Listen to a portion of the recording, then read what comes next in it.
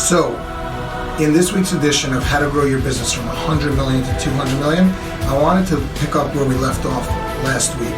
We were talking about the different spokes within a marketing wheel and how one marketing activity has to feed off the other. The most important thing to remember as we look at these each as individual spokes is that you need to have a return on your investment. So as you pick a spoke, for today, let's pick realtors that refer us business, right? If a realtor is referring you business, you need to know what your ROI is for that realtor. If you have a realtor that you're spending close to 3 hours a week with and only closing 2 deals a year with, you need to rethink that. Do not be scared. Do not be scared to fire a referral partner.